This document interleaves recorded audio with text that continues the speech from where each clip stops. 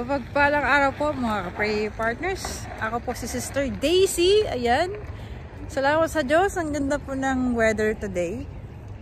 Wala na pong snow. Kasi nag-ano na kami dito sa... Actually, dito po ako sa Edmonton, Alberta, Canada. Ayan. So, as I was saying na yung weather ngayon ay hindi na po ganun kagrabe yung snow. Hindi na ganun kagrabe yung lamig. Ayan, naka one layer na lang po ako today. So, ayan. So, for today's video po, ay ipapakita ko po sa inyo ang Corpus Christi Church dito po sa Edmonton, Alberta, Canada. So, tara, happy hour partners! Ang Corpus Christi po, mga ka-pray partners, ay malapit lang po sa amin, sa bahay namin. May kalayuan siya pero caring naman siyang lakarin. I am so blessed na malapit lang kami sa church. So kahit hindi po ako nakakadalo ng gawain, ay nakakapagsimba naman po ako dito sa Canada. At ito po yung entrance nila.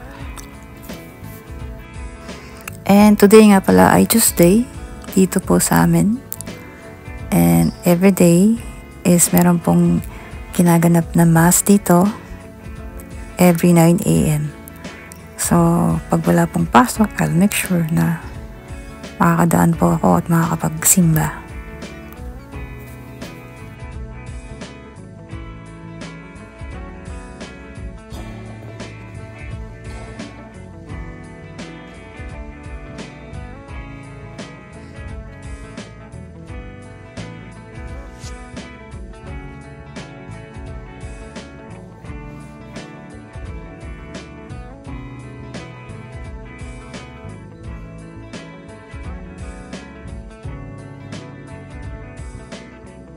So, bali po pag weekdays katulad nito, wala pong ganong tao. And yan, mas masarap pong magsimba pag konti lang yung tao, yung mararamdaman mo yung presence ng Lord. Pero pag weekends naman po, ayan, sobrang daming tao nagsisimba rito.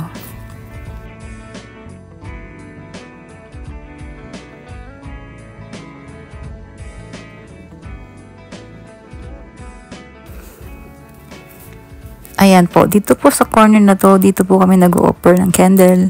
At kakaiba po yung candle na rito, mga ka-pray partners. Ayan, hindi mo na po kailangan sindihan ng posporo or lighter. Kasi all you need to do is stick the candle and there you go. Amazing. Alam niyo po mga brother and sister in Christ, nakaka-amaze po na kapag nakikita ko po yung iba't ibang nationality na nagsisimba po dito, I feel blessed and proud that I am a Catholic. Ayan. Meron din po silang, 14 station po dito.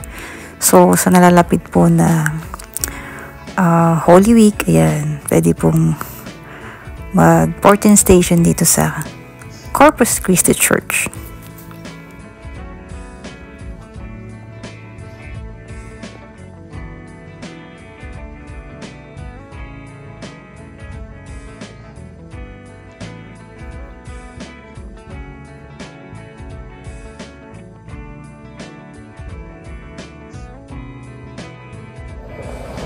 So ayan, tapos na po akong magsimba at yan, naipakita ko na sa inyo, yan, pray parties, yung loob po ng Corpus Christi Church.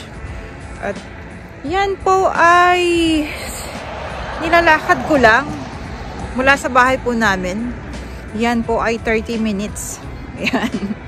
Pero alam nyo po, sisiw na lang yun sa akin. Kumbaga, easy na lang yun sa akin. Alam nyo ba, kasi sa Ambel, yung bahay po namin ay sa San Pedro, Laguna. From Sukat, nilalakad ko po yun. Yes! Pag nung kami po ay nagsisimula pa lang dumalo sa gawain sa Ambel, kapag medyo short po sa pamasahe, yun, nilalakad ko po from San Pedro, Laguna to Ambel. So ngayon, ang Corpus Christi Church ay 30 minutes away na lang po sa bahay namin. Pero sabi ng iba, malayo yun eh. Pero sa akin, easy na lang yun kasi naranasan ko nang maglakad mula San Pedro hanggang Sukat Parañaque para lang makadalo ng gawain. So ngayon, okay lang maglakad sa akin para kay Lord, no? Para maka-attend at makatanggap ng Body of Christ. The most high Holy Eucharist. Hindi po ba? Amen?